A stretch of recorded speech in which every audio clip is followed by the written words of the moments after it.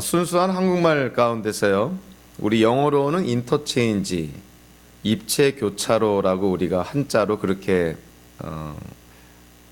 말할 수도 있는데요. 이 인터체인지를 순수한 한국말로 이렇게 표현한 것이 나들목이라는 표현입니다. 직진하는 자동차, 좌회전하는 자동차, 우회전하는 자동차가 뒤얽히는 일이 없이 원활하게 순조롭게 이렇게 진행되도록 만든 시설, 그 인터체인지, 나들목이라는 것이죠. 한국에는 이 나들목이라는 이름으로 교회가 있기도 합니다.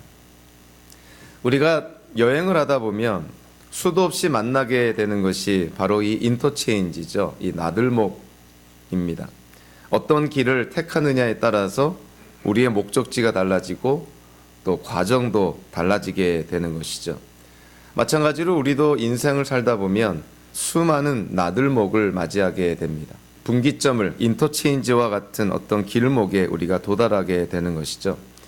여러 가지 길들이 있지만 분명한 것은 우리는 그 중에서 하나만을 택해야 된다는 것입니다.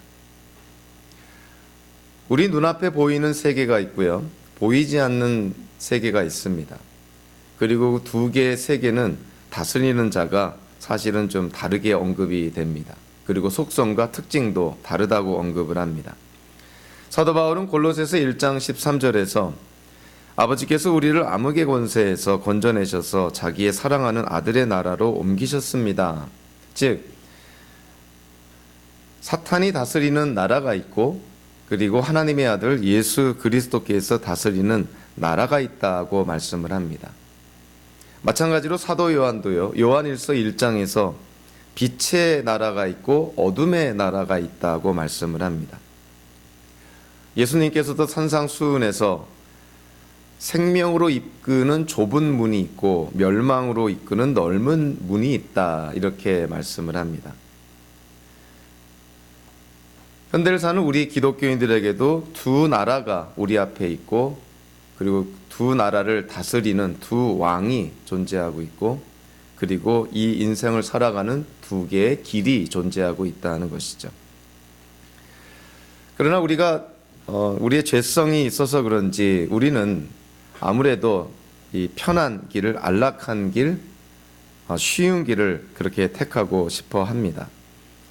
그러나 성경에서 말하는 하나님의 길은요, 뜻밖에도 그러한 편안한 길, 안락한 길, 그런 내리막길을 의미하지 않고 오히려 오르막길이고요, 좁은 길이고 그리고 거친 길을 말을 합니다.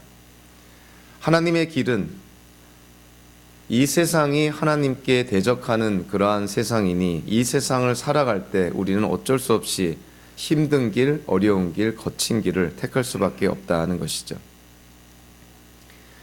눈에 보이는 이 세상 나라가 아니라 우리 기독교인들은 보이진 않지만 분명히 존재하는 하나님 나라에 속해 있는 자들이니 우리는 하나님의 뜻을, 하나님의 길을 따라 이 땅을 살아가야 된다고 성경은 말씀하고 있습니다.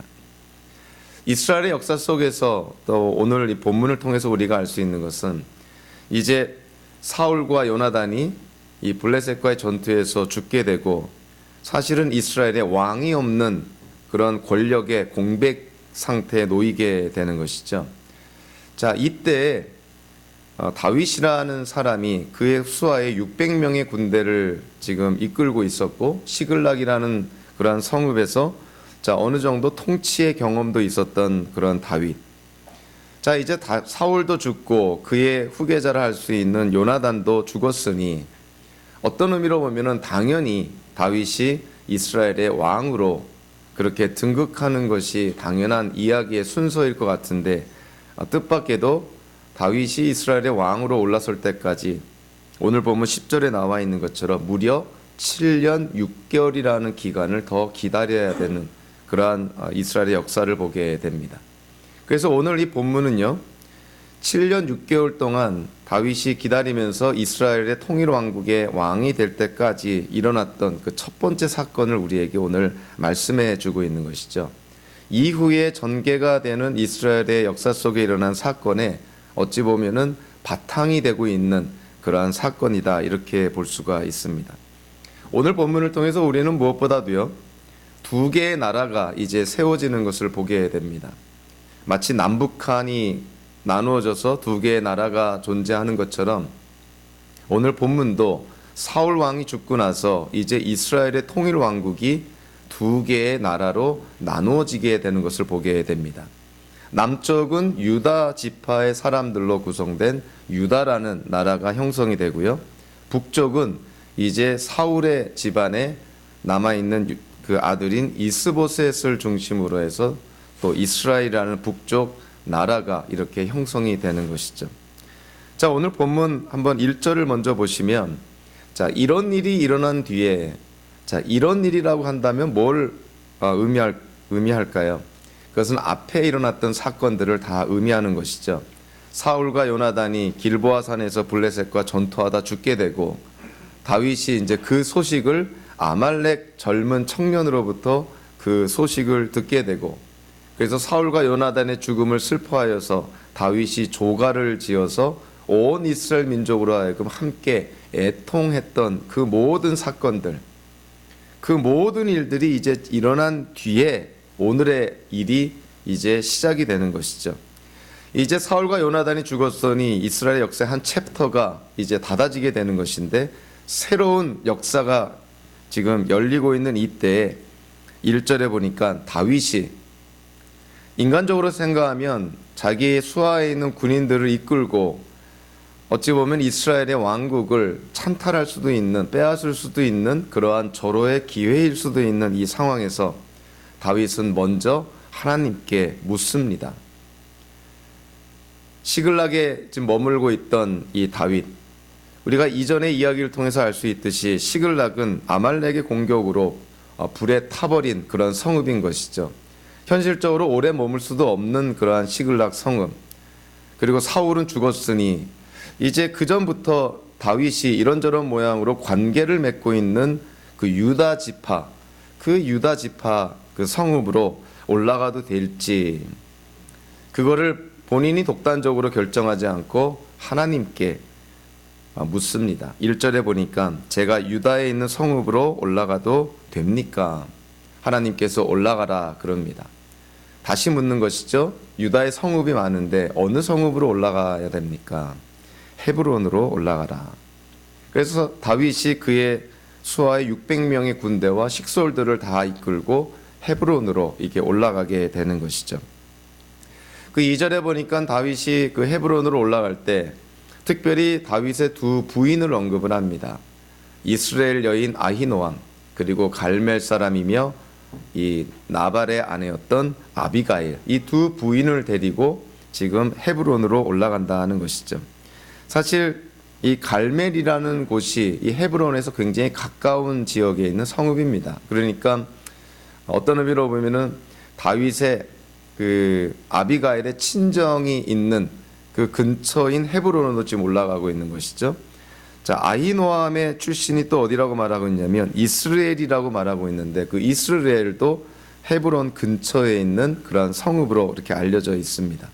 그러니까 다윗이 이제 시글락을 떠나서 헤브론으로 이렇게 올라갈 때 현실적으로 바라보니까 아비가일과 아히노암, 이 자기 부인들의 그런 처가가 있는 그런 성읍에서 가까운 헤브론으로 올라간다는 것이죠.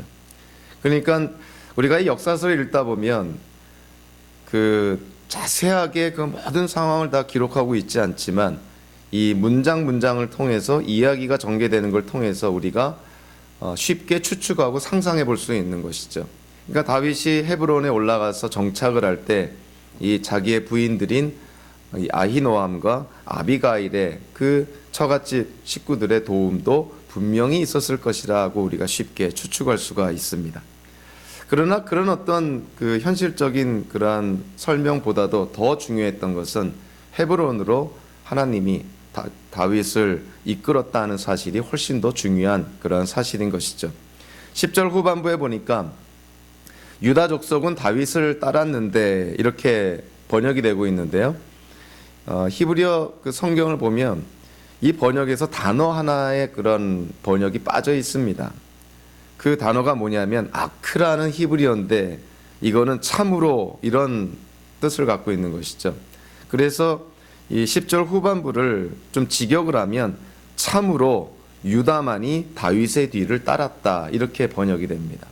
그러니까 사무엘기 저자가 무엇을 강조하고 있냐면 다윗이 헤브론에 올라가서 자 유다라는 그 나라를 이제 다스리게 될 때 다윗을 따랐던 지파는 그 12지파 가운데서 유다 지파만 따랐다는 것이죠. 그것이 우리에게 주는 의미가 뭐냐면 나머지 지파는 다 북쪽에 있는 그런 또 다른 나라에 속하게 되었다는 것을 우리에게 말해 줍니다. 자, 하나님이 헤브론이라는 성읍을 허락하신 데에는 물론 하나님의 특별한 뜻과 계획이 있겠죠. 이스라엘의 역사 속에서 헤브론은 참 특별한 성읍입니다. 헤브론을 지형학적으로 우리가 먼저 바라보면 예루살렘의 남서쪽 30km, 베들레헴 남서쪽 22km 지점 떨어진 곳이고요. 이 유다에서 가장 높은 성읍입니다. 해발 927m나 되는 높은 그런 산악지대에 있는 도시인데요. 예루살렘도 산 위의 도시라 그랬는데 예루살렘보다 더 높은 도시입니다. 그러니까 산 위에 위치한 예루살렘보다 더 높은 그러한 산악지대에 놓여 있는 도시가 바로 헤브론이었다는 것이죠. 그러니까 유다 그 지역에서 가장 높은 지역에 있는 성읍, 그러니까 헤브론. 헤브론은요, 그 성경을 통해서 우리가 보니까 이 아브라함이 갈대아 우르를 떠나서 이 가나안 땅에 정착을 했을 때 이 헤브론을 중심으로 살아가게 됩니다. 그래서 그런지 나중에 아브라함의 묘지가 아브라함의 부인인 사라의 묘지가 그리고 아브라함의 아들인 이삭과 리브가의 묘지 그리고 애굽에서 죽은 야곱의 묘지까지가 다 이 헤브론 지역에 있는 막벨라 굴에 다 장사되었다는 것이죠. 그래서 이 헤브론이라는 지역은 이스라엘의 역사 속에서 아주 중요한 의미를 담고 있습니다. 그리고 이제 이스라엘의 역사가 진행이 되면서 이 헤브론이라는 곳이 자 어떻게까지 이제 이스라엘 역사 속에 등장하게 되냐면 이 갈렙이라는 사람이 이스라엘 가나안 땅을 점령을 할 때 이 헤브론을 점령해서 차지하게 되죠. 그래서 이 헤브론 성읍은 갈렙의 후손들이 이렇게 이 성읍에서 살게 됩니다. 나중에 이 헤브론은요 레위 지파에게 주어지게 되고 특별히 48개의 성읍 가운데서 도피성이 됩니다. 그러니까 헤브론은 아주 특별한 그런 의미를 담고 있는 그러한 성읍이었다는 것이죠. 자, 그러다 보니까 다윗이 이제 유다의 왕으로 세워질 때 헤브론을 하나님이 수도로 허락해 주신 것이죠. 나중에 이스라엘 역사를 보니까 다윗의 아들 압살롬이 반역을 일으킨 곳도 헤브론입니다. 그리고 솔로몬의 아들 르호보암이 또 이 헤브론을 아주 중요한 요새로 삼기도 했습니다. 이스라엘의 역사 속에서 헤브론은 아주 중요한 그러한 성읍이었던 것이죠. 그래서 하나님께서 이 다윗이 이제 시글락을 떠나서 유다로 올라갈 때 유다의 그 많은 성읍 가운데서 이 헤브론을 하나님께서 허락해 주신 것입니다. 다윗이 헤브론에 이제 이주하면서 유다 사람들에 의해서 다시 기름 부음을 받아 유다의 왕이 되는 그러한 과정 속에 북쪽에서도 또 다른 일이 벌어지고 있는 것이죠. 오늘 보면 8절부터 10절까지를 통해서 보니까 자, 이 남유다에서 다윗이 헤브론을 중심으로 유다라는 나라를 다스리게 될 때 이제 북쪽에서는요 나머지 11개 지파를 중심으로 해서 북쪽에서는 또 다른 나라가 세워지고 있었다는 것이죠. 사울의 사촌인 아브넬이라는 이 사울 군대의 사령관이 있었습니다.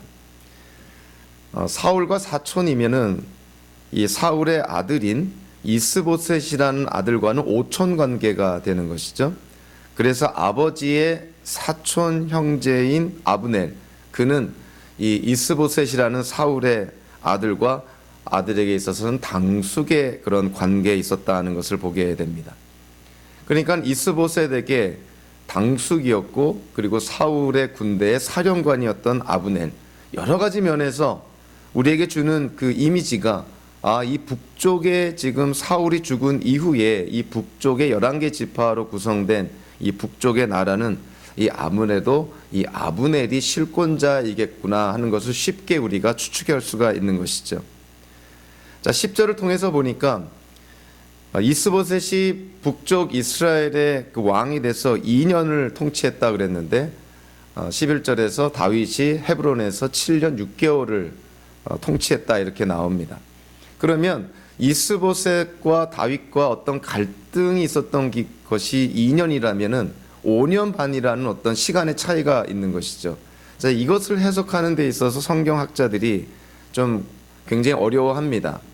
그래서 여러 가지 그 성경학자들의 나름대로의 그런 해석이 있는데 여러 가지 주석을 통해서 저도 한 가지 해석을 따르게 됐는데요. 그것은 뭐냐면은 사울이 죽은 이후에 다윗이 남유다의 왕이 되고 나서 이 북쪽 지역은 아브넬이 일종의 군정관의 역할을 해서 왕이 세워지지 않은 상태에서 한 5년 정도 아브넬이 실질적으로 다스렸고, 그리고 5년이 지난 후에 아브넬이 이 사울의 아들인 이스보셋을 왕으로 세워서 마지막 2년 동안 이스보셋이 이스라엘을 다스리게 되었다. 이렇게 어떤 그 시간의 연대를 우리가 이해하는 것이 가장 성경적이다 이렇게 저는 생각을 합니다.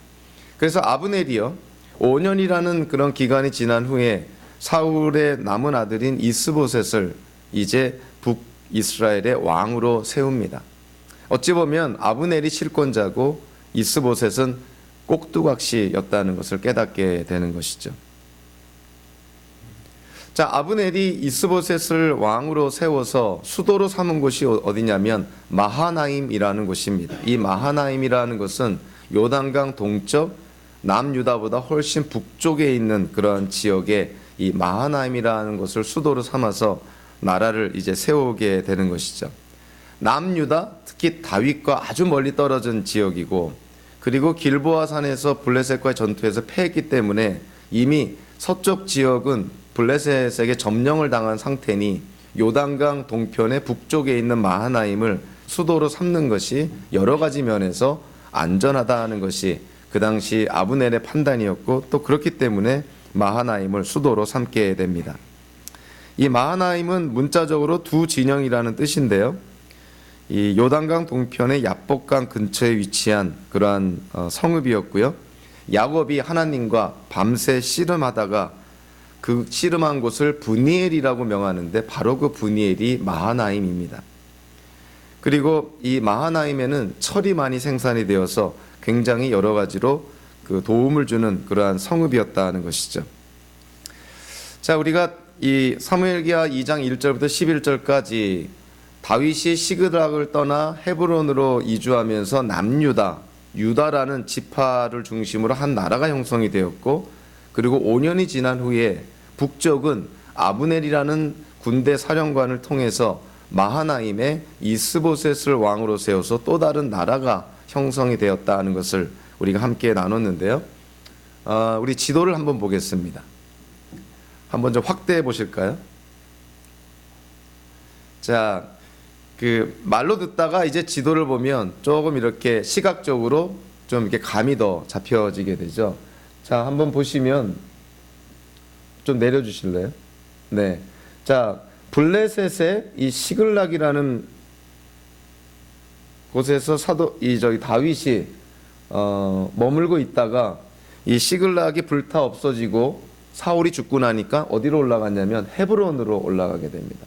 그 이 유다 왕국의 수도가 이제 헤브론이 됐던 것이죠. 그리고 여기가 염해 사해고요. 염해 중간에 조그만 가느다란 선이 이렇게 쭉 있는데 이것이 바로 요단강입니다. 그래서 여리고는 요단강 서편인 것이죠. 자, 위편으로 좀 올라가 보시면, 조금 더 올라가 보시면 오른쪽으로도 좀 가보시고요. 네. 자, 아브넬이 이스보셋을 왕으로 세워서 수도로 삼은 것이 마하나임, 바로 여기입니다. 이 마하나임은 이 요단강의 동편에 있었던 것이죠. 그렇기 때문에 남유다와는 상당히 거리가 있었고, 길보아 산에서의 전투에서 승리한 블레셋 군대와도 요단강을 기점으로 해서 떨어져 있기 때문에 상당히 안전한 그런 지역이었던 것이죠. 그래서 이 이스라엘 왕국은 이 이스보셋을 왕으로 해서 마하나임을 수도로 하여서 세워지게 됐고, 남유다는 헤브론에서 다윗을 왕으로 해서 유다 왕국이 세워지게 됩니다. 그래서 이제는 그 사울이 죽은 이후에 이스라엘이 두 나라로 나눠지게 된 것이죠. 남유다와 북이스라엘로 나눠지게 됩니다.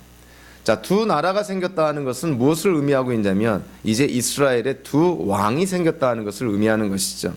그래서 남유다에는 다윗이 왕으로 세워지게 되고, 이 북쪽 이스라엘은 이스보셋, 사울의 아들인 이스보셋이 이제 왕으로 세워지게 돼서 그들 간의 어떤 그러한 그 다툼이 이제 앞으로 계속 이스라엘의 역사 속에서 사건이 그렇게 전개가 됩니다. 자, 오늘 본문 먼저 첫 번째로 다윗이 어떻게 이스라엘의 왕으로 세워지는지를 보면요, 4절 전반부에 보니까 유다 사람들이 찾아와서 그곳이라 그러면 헤브론을 의미하겠죠. 헤브론에서 다윗에게 기름을 부어서 유다 사람의 왕으로 삼았다. 사실 사무엘을 통해서 다윗이 기름 부음을 받아 이스라엘의 왕으로 이미 지명이 됐죠. 사무엘로부터 기름 부음 받아 이스라엘의 왕으로 지명되고 나서 무려 15년이 지난 후에 이제 공식적으로 유다 지파의 왕으로 다윗이 올라서게 되는 것이죠. 그로부터 7년 6개월이 지난 후에 이제는 이스라엘의 12지파의 통일왕국의 왕으로 다윗이 올라서게 되고, 나중에 그 통일왕국의 왕이 됐을 때 이 다윗은 헤브론에서 수도를 옮겨서 예루살렘으로 옮겨가게 되는 것이죠. 그래서 헤브론에서 7년 6개월을 다윗이 다스렸고, 예루살렘에서 통일왕국의 왕으로 33년을 다스리게 됩니다. 그래서 다윗은 전체가 40년 6개월 동안 이스라엘을 다스린 왕으로 그렇게 쓰임받게 되는 것이죠. 다윗은 궁극적으로는, 근원적으로는 누가 다윗을 왕으로 세우셨냐면 하나님이 다윗을 왕으로 세우셨고, 유다 지파의 왕으로 세워질 때 헤브론에 머물고 있는 그 다윗을 유다 사람들이 찾아와서 그 다윗을 이제 유다 지파의 왕으로 삼는 그러한 장면이 오늘 본문에 나와 있습니다. 자, 그런 반면에요, 그 북이스라엘의 왕으로 세워지는 이스보셋 같은 경우는 좀 그 과정이 좀 많이 다르죠.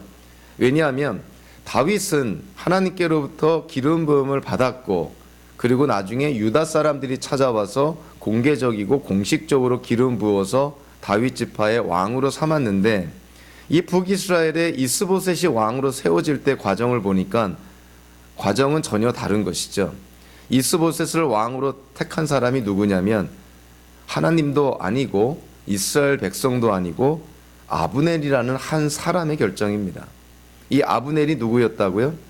이 이스보셋의 당숙이었고, 이 당시 군대 사령관이었고, 그러니까 사실은 실권자였던 것이죠.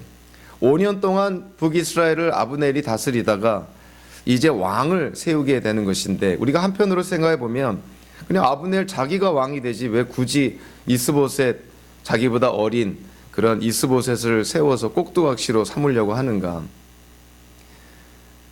물론 나중에 이스라엘의 역사를 보면 쿠데타가 많이 일어나게 되지만, 이 당시만 하더라도 이스라엘의 왕이 된다는 것은 정통성이 있어야 되는 것인데요, 그 정통성은 사실은 하나님께로부터 기름 부음 받은 자가 정통성을 갖고 있는 것이죠. 아브넬이 아무리 군대 사령관이고 실권자고 권력이 있고 힘이 있다 하더라도 정통성이 없으면 국민들로부터 인정받지를 못하는 것이죠. 그래서 아브넬이 자기가 왕이 되질 않고 그래도 정통성이 있는 사울의 넷째 아들 이스보셋을 왕으로 삼습니다. 길보아 산에서 블레셋과 전쟁 중에 사울 자신과 세 아들이 함께 죽게 되는 것이죠. 그때 그 죽는 장소에 이스보셋이 없었다는 것을 우리가 깨닫게 됩니다. 그래서 사울의 남은 아들, 네 번째 아들인 이스보셋을 아브넬이 이스라엘의 왕으로 삼는 것이죠. 자, 여기서요, 우리가 약간 그 이야기가 좀 달라지긴 하지만 이스보셋이라는 그 말을, 그 이름을 우리가 좀 이해해 볼 필요가 있습니다. 여러분들, 이스보셋, 이거를 문자적으로 번역하면 수치스러운 사람, 망신스러운 사람, 이런 뜻입니다. 아니 어떻게 사람이 이름을 지어도 좋은 이름이 많은데 왜 망신스러운 수치스러운 사람이라는 이름을 지었을까? 이 이스보셋을 가리키는 그러한 성경 구절이 역대지상에도 나오는데요. 근데 역대지상에는 이스보셋의 이름을 좀 다르게 사용하고 있습니다. 역대지상 8장 33절에 보니까 이 사울 집안에 대해서 언급을 합니다. 넬은 기스를 낳고 기스는 사울을 낳고 사울은 요나단과 말기수아와 아비나답과 에스바를 낳았다 이렇게 말합니다. 그러니까 역대지 저자는 이 사울의 네 번째 아들, 오늘 본문에서 이스보셋이라고 칭한 이 아들의 이름을 에스바알이라 이렇게 명한 것이죠. 그래서 이 부분에 대해서 성경학자들이 또 논란이 많습니다. 이스보셋이 진짜 본명일까? 에스바알이 진짜 본명일까? 근데 일반적으로 어떻게 생각하냐면 에스바알이 이 이스보셋의 본명이라 이렇게 이해를 합니다. 그래서 이 에스바알이 바로 이 사울의 네 번째 아들 이스라엘의 왕이 된 자다 이렇게 성경학자들이 이해를 하는데요. 근데 놀랍게도 이 에스바알이라는 이 이름의 문자적인 의미가 또 뭐냐면 바알의 사람이라는 뜻입니다. 이스보셋이라는 가명은 수치스러운 사람 그리고 망신스러운 사람 이런 뜻이라면 본명이라 할 수 있는 에스바알은 바알의 사람이라는 것이죠. 여러분들 바알이 누굽니까? 하나님께서 가장 미워하는 가나안의 7 족속이 섬기는 그 우상의 이름이 바알이잖아요. 근데 사울이 자기의 네 번째 아들의 이름을 지을 때 바알의 사람이라고 지은 것입니다. 자, 우리가 그 연대기를 한번 이렇게 바라보면 이 에스바알이 이스보셋이 이스라엘의 왕이 될 때 40살이었다 그랬습니다. 자, 그런데 사울이 죽고 나서 5년이 지난 후에 이스보셋이 이스라엘의 왕이 될 때가 40살이라 그랬으니 이스보셋 이 에스바알이 태어날 때가 언제냐면 사울이 왕으로 있을 때 태어나거든요. 근데 이 왕인 사울이 자기 아들의 이름을 지었는데 바알의 사람이다 이렇게 지은 것이죠. 그래서 우리가 간접적으로 우리가 이렇게 깨닫게 되는 게 뭐냐면 이 당시에 이 에스바알이라는 이름을 짓는 사울의 신앙 상태가 어느 정도로 타락해 있었는지를 우리가 쉽게 이해가 됩니다. 자, 자녀의 이름을 지을 때 보면 부모의 신앙이 드러나는 것이죠. 자녀의 이름을 지을 때 신앙적으로 성경적인 이름 그리고 좋은 뜻을 갖고 있는 이름 대개는 그렇게 부모의 신앙이 반영된 자녀의 이름들을 짓습니다. 근데 사울이 자기 아들의 이름을 바알의 사람이라고 지었다는 것은 사울의 신앙이 지금 어느 정도로 타락해져 있다는 것을 우리가 쉽게 간접적으로 깨닫게 되는 것이죠. 남유다의 다윗이 왕으로 세워질 때는 하나님께 기름 부음 받아서 온 유다 사람에 의해서 왕으로 세워집니다. 북이스라엘의 이스보셋 에스바알이 왕으로 세워질 때는 아브넬이라는 한 사람의 독단적인 그러한 결정으로 왕으로 세워지게 되는 것이죠. 그러다 보니까 결과적으로 어떻게 됩니까? 이스보셋은 2년 동안만 왕위로 있다가 나중에 결국 암살을 당하게 되죠. 그래서 오늘 우리가 본문을 통해서 두 나라가 세워지고 그리고 두 왕이 세워지는 걸 보면서 참 두 가지의 길이 있다는 것을 깨닫게 됩니다. 남유다가 세워지고 다윗이 왕으로 세워질 때 보여지는 길이 있고 북이스라엘이 세워지고 이스보셋이 왕으로 세워질 때 보여지는 길이 있습니다. 이 두 길은 너무나 다른 길이라는 것이죠. 사실 남유다가 세워지고 다윗이 왕으로 세워지는 그 과정을 보면 이거는 정말 하나님의 길이고 하나님 안에서 흥하는 길입니다. 그러나 북쪽의 나라 이스라엘이 특히 이스보셋이 왕으로 세워지는 그 과정을 바라보면 이거는 하나님을 떠난 세상의 길이고 망하는 길이었다는 것을 보게 되는 것이죠.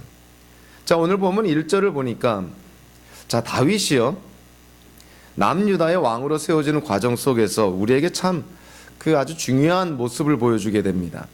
자, 사울은 죽었고 자기를 쫓는 사울이 죽었고 이스라엘의 왕이 없으니 이제 권력의 공백기이고 다윗이 원하기만 하면 얼마든지 무력으로 이스라엘의 왕권을 차지할 수 있는 그런 좋은 기회가 왔는데 1절에 보니까 다윗의 모습은 무엇으로부터 시작을 합니까?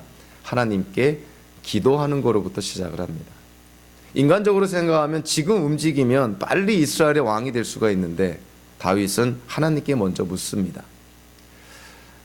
현실적으로 바라보면 시글락은 불타 있었고 또 시글락은 블레셋이라는 족속 안에 있으니 이제 사울도 죽었으니 다윗은 당연히 자기가 속한 혈연 관계에 있는 유다 지파 쪽으로 올라가고 싶은 것이죠.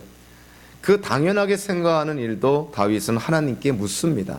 하나님, 제가 유다로 올라가도 되겠습니까? 너무나 상식적이고 당연한 질문이죠. 그러나 상식적이고 당연한 것을 하나님께 묻는다는 것은 그만큼 다윗의 믿음과 신앙이 지금 성장해 있었다는 것을 깨닫게 되는 것이죠. 당연하게 생각하는 것도, 그냥 우리가 하나님께 묻지 않고 상식적으로 할 수 있는 것도 다윗은 하나하나 하나님께 물으면서 하나님의 뜻을 확인하면서 그렇게 움직이게 됐다는 것이죠.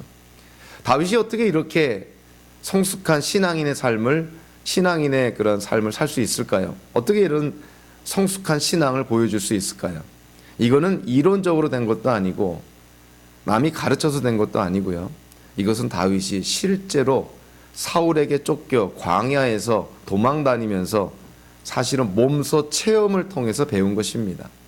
하나님 없이 결정했다가 낭패를 당한 경우가 다윗의 인생 속에 많이 있었죠.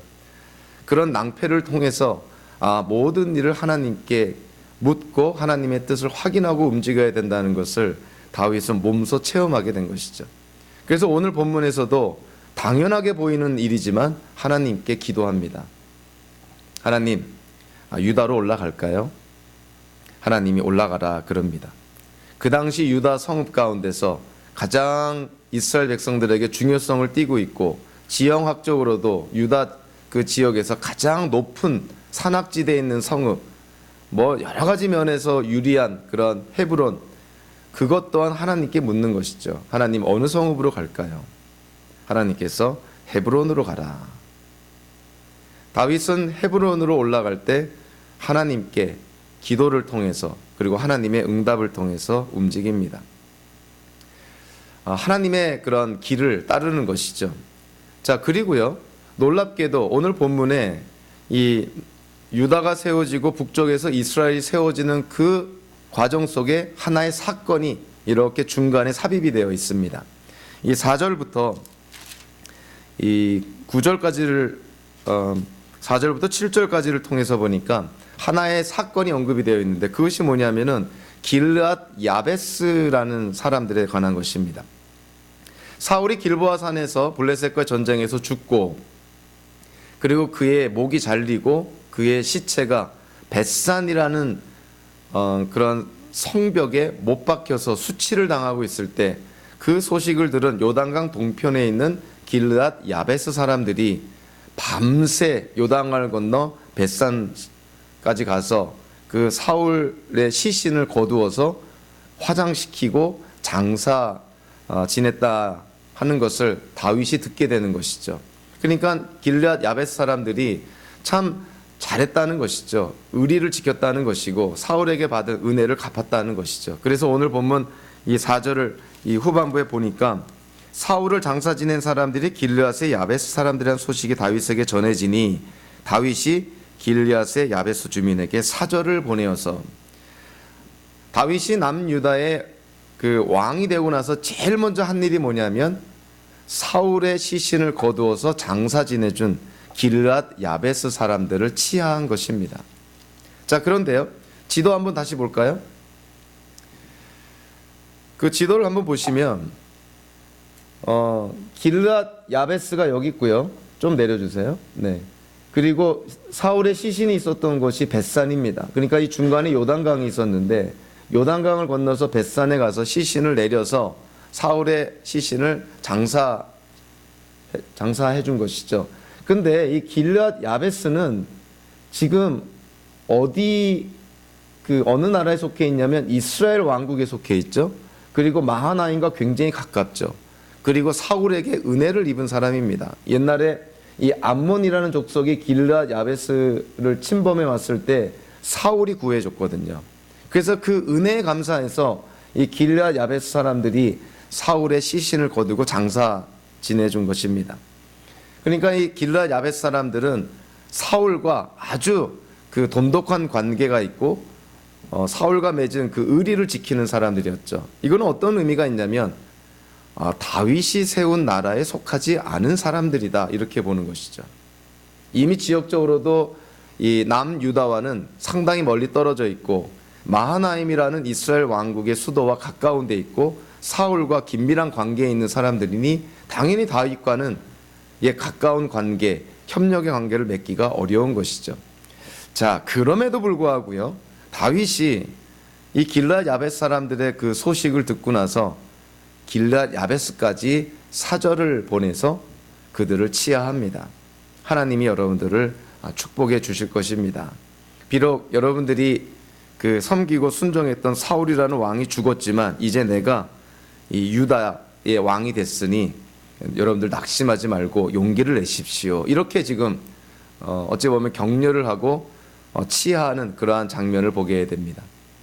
물론 이거를요, 우리가 두 가지 측면에서 이해는 됩니다. 정치적으로 바라보면 다윗이 고도의 정치적인 테크닉을 발휘하고 있는 것이죠.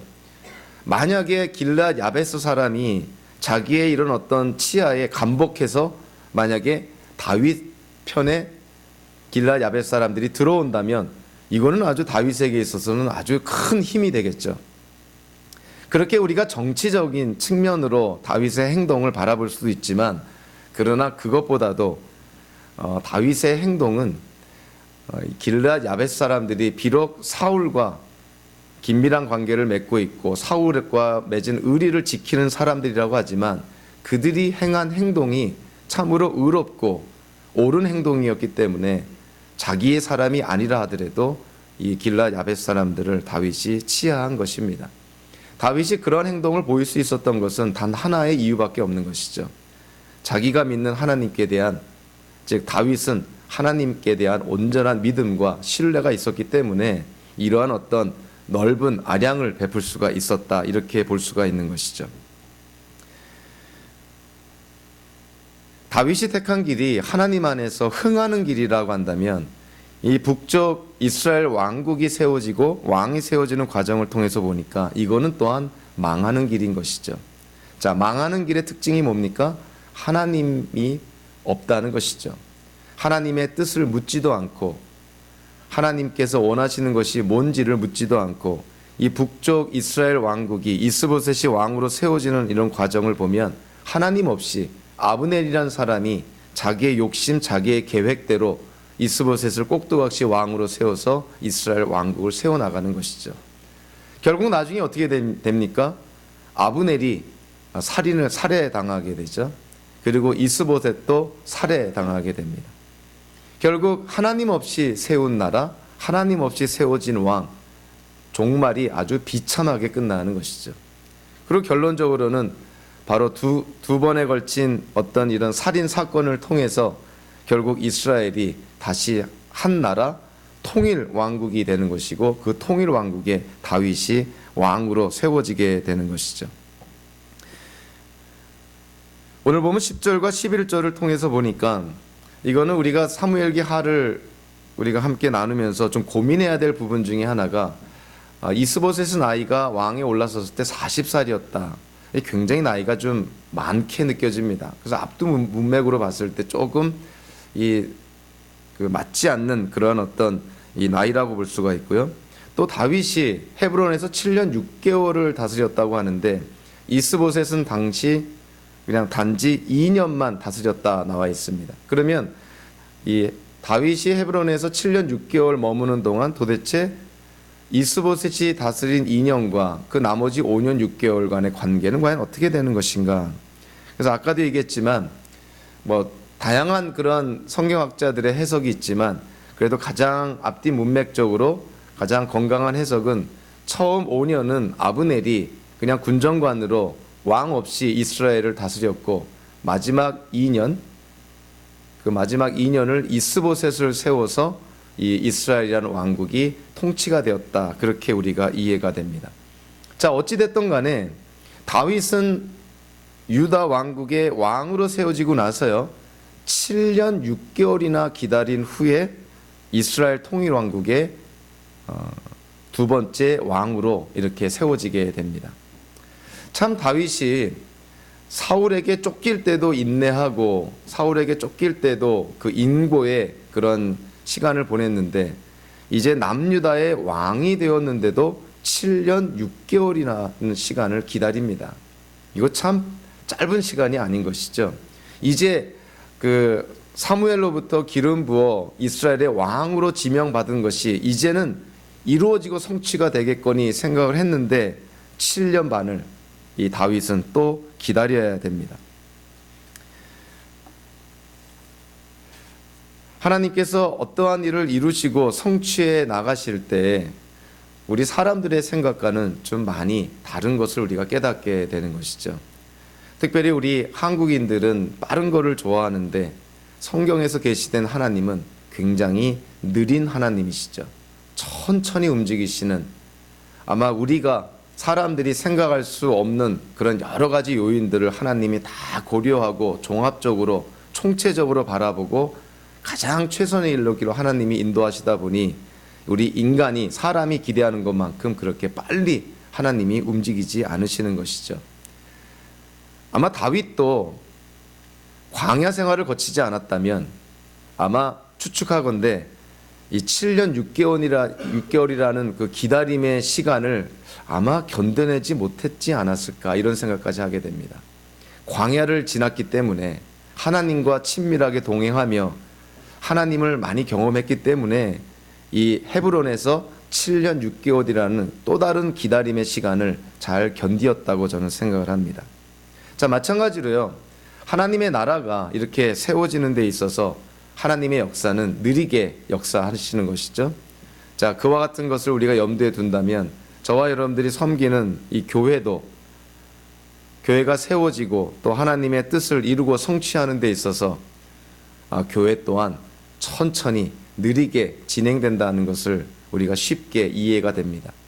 하나님이 느리게 역사하시니 하나님의 교회가 느리게 세워지고 하나님의 뜻을 또 느리게 이루고 성취하는 것, 그건 당연한 논리적인 결론이라고 볼 수가 있는 것이죠.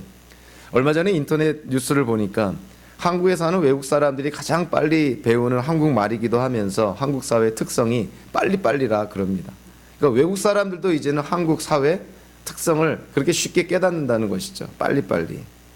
한국 사회가 너무 빨리빨리를 외치고 또 그렇게 행하다 보니 한국에서 많은 문제들이 그 빨리빨리 진행될 때는 몰랐는데 나중에 돌아보니 많은 문제점들이 드러나는 것을 우리가 보게 됩니다. 빠른 것이 중요한 것이 아니라 속도가 중요한 것이 아니라 뭐가 더 중요하다는 것이죠? 방향이 중요하다는 것이죠. 비록 천천히 가더라도 방향이 올바른 방향이면 결과론적으로는 더 건강한 어떤 열매를 맺게 되는데 아무리 빨리 달리고 아무리 속도를 내도 방향이 잘못되면 그 결과가 좋을 수는 없는 것이죠. 우리는 예수님께서 그 마태복음 13장에서 하나님 나라에 대한 그런 비유를 이렇게 설명을 하시고 말씀을 하실 때 같은 뜻을 우리가 깨닫게 됩니다. 예수님께서 비유를 말씀하실 때는 그 비유의 주제가 하나님의 나라입니다. 하나님의 나라의 비밀과 특성을 우리에게 보여주시고 알려주시기 위해서 비유를 말씀하시는 것이죠. 이 마태복음 13장 31절과 33절에 보니까 여러 가지 비유 가운데서 어떠한 비유를 말씀하고 있냐면 겨자씨 비유를 말씀을 합니다. 겨자씨가 굉장히 작은데 그거를 심었더니 자라면서 굉장히 큰 나무가 됐다. 그리고 바로 이어서 또 다른 비유를 말씀하는데 그것은 누룩의 비유를 말씀합니다. 이 밀가루에 이 누룩을 넣었더니 그 누룩 때문에 그 밀가루가 그 반죽이 나중에 다 온통 부풀어 올랐다. 이런 비유입니다. 그러니까 하나님의 나라의 시작이 눈에 보이지 않고 미약할지 모르지만 결과론적으로는 궁극적으로는 하나님의 나라가 영원한 나라가 되고 큰 나라가 된다는 것이죠. 하나님의 나라는 미약하게 시작은 할지 모르지만 누룩처럼 분명히 영향을 끼치는 이 세상 나라에 영향을 끼쳐서 온 나라가 하나님의 나라가 될 것이다. 근데 이 겨자씨 나라와 겨자씨의 비유와 누룩의 비유를 곰곰이 들여다보면 공통점이 하나 있습니다. 겨자씨가 자라서 나무가 되는 것도, 밀가루 안에, 반죽 안에 들어가 있는 누룩이 영향을 발휘해서 그 밀가루 반죽이 다 부풀어 오르는 데에도 시간이 걸린다는 것이죠. 그러니까 하나님의 역사는 시간이 걸린다는 것입니다. 다르게 말하면 하나님의 그런 역사는 천천히, 그러나 분명하게, 그리고 반드시 하나님의 뜻을 이루신다는 것이죠. 다윗이 이스라엘 남유다의 왕으로 세워지고 나서 이스라엘 통일왕국의 두 번째 왕으로 세워질 때까지 또다시 7년 6개월이라는 시간을 기다리게 됩니다. 사무엘에게 기름 부음 받아 15년 만에 유다 지파의 왕이 되었는데, 유다 지파의 왕이 되고 나서 또다시 7년 6개월을 기다렸던 것이죠. 도합 20년이 넘는 기간을 다윗은 기다립니다.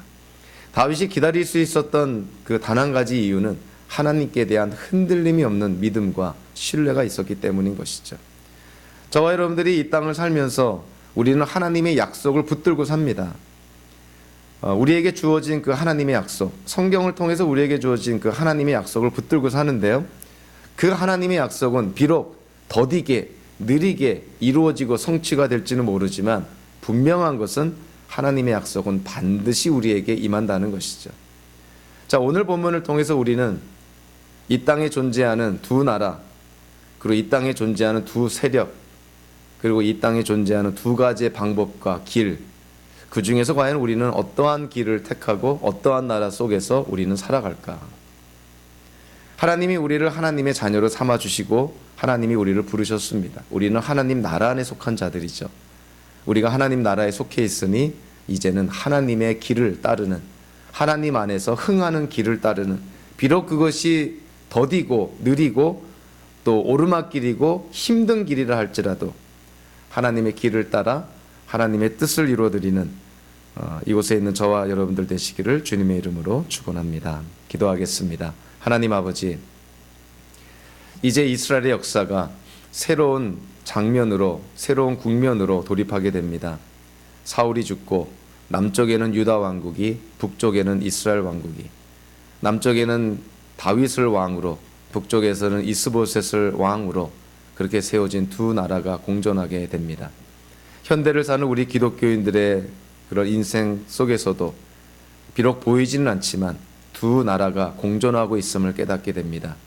사탄의 지배를 받는 그런 어둠의 나라가 있고 예수님을 왕으로 모시는 빛의 나라, 하나님의 나라가 있음을 깨닫게 됩니다.